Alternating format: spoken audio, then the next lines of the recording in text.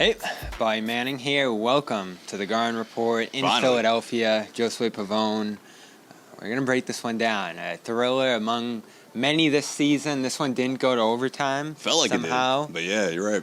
because of a last-second play drawn up by Joe Mazzulla after a second timeout. They go into the first one, get fouled with 10 seconds left, needing a go-ahead basket, and Tatum provides one. Ridiculous shot. Oh, man. Stopping. Incredible. Yeah, DeAnthony Melton in his tracks, coming out of the backcourt.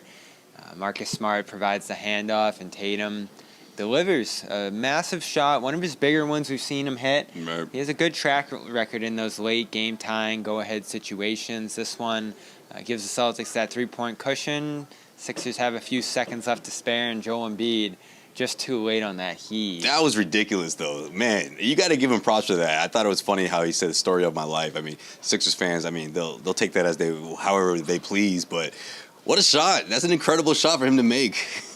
But, man, it just wasn't enough. That would have been crushing. Did you think it was in time? I couldn't call it. I was like, I saw him drop his head. When you see it in real time. And just kind of swing his arms. Yeah. He knew it. Yeah. So then I knew That's it. the best indication, right? When the player himself is just like, you see he doesn't believe it, then they don't. And it wasn't close. Yeah, you know already. But back to the play. Yeah. We saw it against Cleveland early this year, game-tying. Drive to the rim for Tatum off that set. Through Smart. I love the indecision it creates. Joe Mazzulla said he stole it from Brad Stevens. He did. He sure did. So Celtics fans know what's up. Here's Joe talking about the play and where he got it from. One more on the last play. Is there kind of an inspiration or kind of origin story to what inspired that play call for you? I stole it from Brad. So, Joe, I think Tatum can deliver in these circumstances. Everyone at one point this season or another has questioned Joe, especially early on when he becomes interim head coach. You're right. He's put in these circumstances early. They go on a little losing streak a couple of times through the middle of the year, and then, of course, we've had the whole timeout thing throughout. Uses all his timeouts tonight. A couple of tough lineup decisions. We'll get to those in the next video. But overall, you see his basketball acumen shine through in these moments, and it's just a great play for that circumstance. They manage the clock well, the foul play, and the timeout call well in that circumstance. How much are these moments starting to improve your confidence in Joe, and where's that at now? It's rising. It's getting better and better. Look, and that's because Joe Mazzulla is getting better at these things. I mean, we've all been talking about the way he goes about calling timeouts, the way he approaches the games, how the team looks coming out of timeout.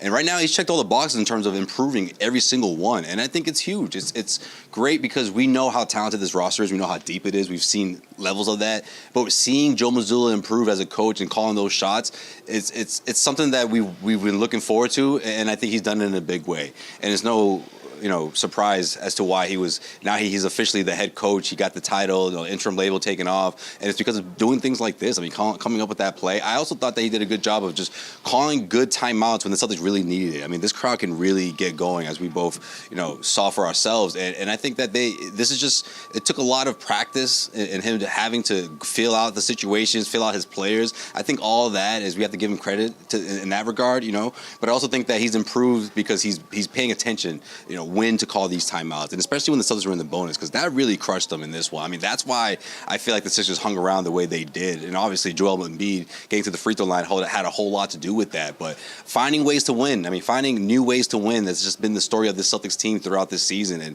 Jayson Tatum showing why he's a superstar, arguably the best scorer in this league, because even if he does have a bad shooting night, and he is, held to a certain, percentage where we're not accustomed to seeing him every single night, he can still hit that big shot at the end of this game. That's exactly what happened.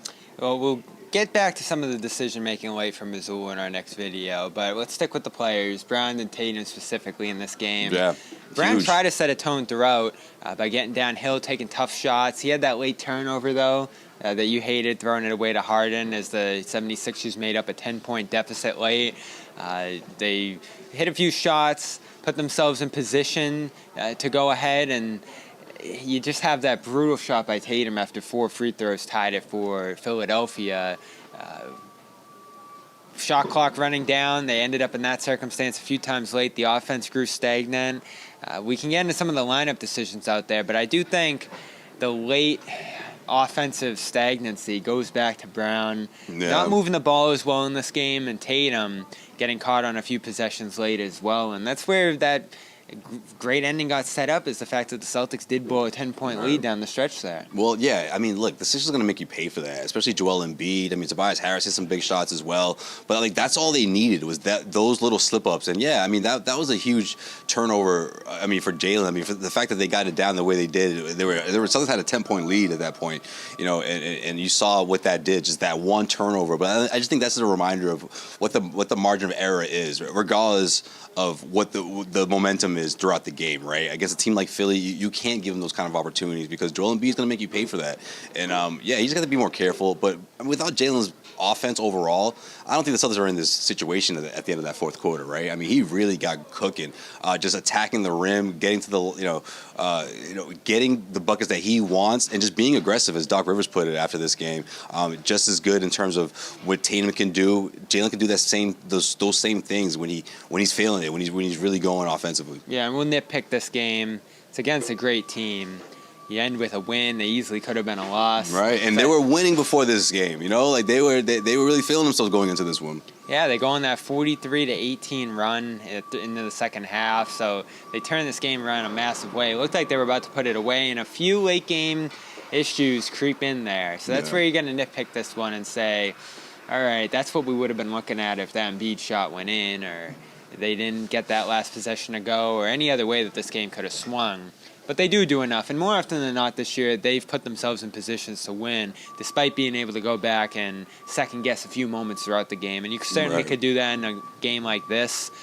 But the Celtics just keep winning these games, and there's something about their connectivity, something about the way they're resilient from early struggles, and especially Jayson Tatum was talking about that after the game, the fact that you just got to shoot that. The worst he can do is miss on that last attempt. Yeah. And he's going to work through some of those early struggles and still stay confident. I think that's something he's shown throughout this year after some rough starts. He was not good at the beginning of this game. No, he wasn't. And Philly did a really good job of just throwing bodies at him, double teams. It seemed like every time he put the ball on the floor, there was another guy there. He had to either give it up or try to force the issue, which resulted in turnovers. Look, what Doc Rivers said after this game I thought was interesting when he said that's how good he is, right? He can miss 15 shots in the first half and he'll make 20 in the second. Like that's how confident he is. And that's what superstars, that's what they do, right? They become at that level. And I think that's what we're seeing right now. And I think that it's not just about what the Jays are doing, though. Like, that's what's good about this Celtics team. That's what's great about their depth. That tells us a lot about what a championship team is supposed to look like. You got the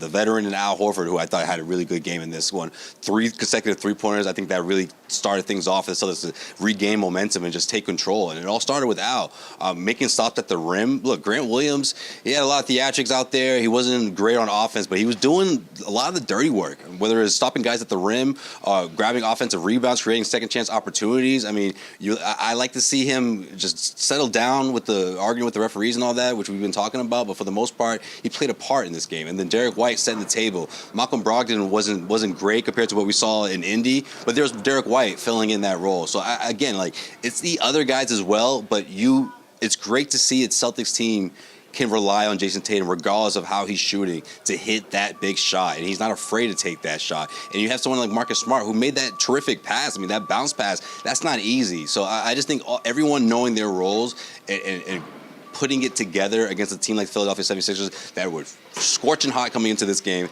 that really wanted to get this win, and you just didn't. Sure, you sort of hung around with them, and it was a close game, but at the end, you took it, and you took their hearts. And Joel Embiid, he was just so down on himself, and I think that's exactly what the Celtics want to do. You wanted to walk away, leaving Philadelphia, leaving the city with them feeling like they're still not as good as you, and I think they did that tonight. Yeah, and you mentioned Horford, who didn't get enough mention in this video. 4 threes. Man. And with this place, with this crowd, I was just gonna say, this hostile. Like they're still mad at him. I mean, Celtics fans, you guys don't know that. If you couldn't tell, they still don't like him, and he's got the last laugh once again. Behind at that point in the game, Joe lets them roll, and they create a 3 for Horford. That's more of a story, I think, than the draw up for the win there. The fact that they were able to even this game again, or go ahead there before a couple more free throws on a Tatum to Horford pass that.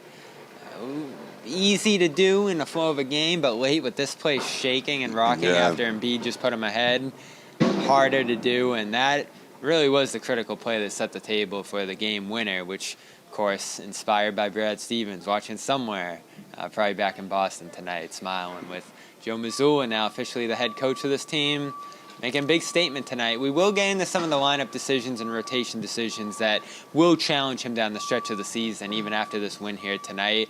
They're on to New York, so are we. You can follow us there and show our sponsors some love. Big reason we're able to cover the Celtics here in Philadelphia and New York. BetterHelp connects you with licensed therapists who are right for you. Give you a wide selection of people that fit your background or connect with you in certain types of ways, languages, whatever it needs to be.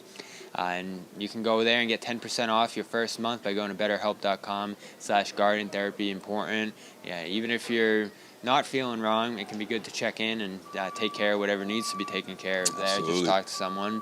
That's betterhelp.com/garden for 10% off, and athleticgreens.com/garden is going to get you 5 free travel packs with vitamins, minerals, adaptogens, probiotics, and more. Everything they keep you going all day and healthy and fresh. You saw John a little sick on the show. Your supply of vitamin D will help that. Yeah, he needs some of that. Get him geared up. Immune boosting vitamin D, you'll get that as well. That's our athleticgreens.com/garden. For Josue Pavon, Bobby Manning, we'll talk about the lineups in our next video. Big story this week around the Celtics as they now have 21 games left. So check us out, Celtics All Access, CLNS Media for all the post-game reaction. Of course, check out the post-game show. Celtics beat the Sixers 110-107. Keep it rolling, 2-0.